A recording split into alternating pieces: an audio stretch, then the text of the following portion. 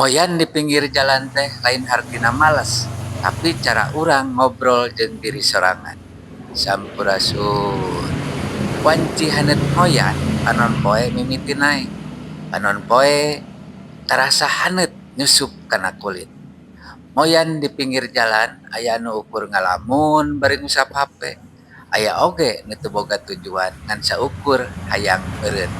Moyan teh males cenah. Heula. Padahal nu disebut moyan teh kadang lain males. Tapi momen nu langka pikeun nyadar yen itu teh teu kudu digancang-gancang.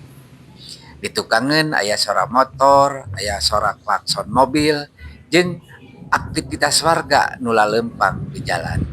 Aya katenangan nu ngan bisa dirasakeun lamun urang eureun sakedeung. Tapi katenangan nu sok teu karasa lamun keur dikejar bos, dikejar tagihan pinjol atawa ditagih Bang Emok. Moyan teh siga ngecas baterai hirup.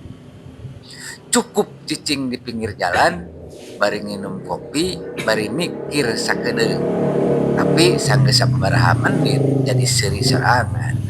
Malah ti moyan muncul inspirasi.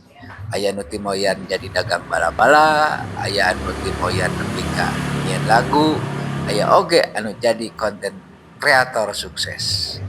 Moyan teh henteu kudu ngaleungitkeun tanggung jawab aktivitas sehari-hari. Ieu teh ngan ukur eureun sakedeung. Siga mobil lamun panas kudu eureun sakedeung supaya mesin teu ngebul. Jadi ulah sieun disebut males lamun keur moyan. Kadang jalma nu sigana cicing teh sabenerna mah keur mikir jauh nu leuwih jero. Cak moyan ieu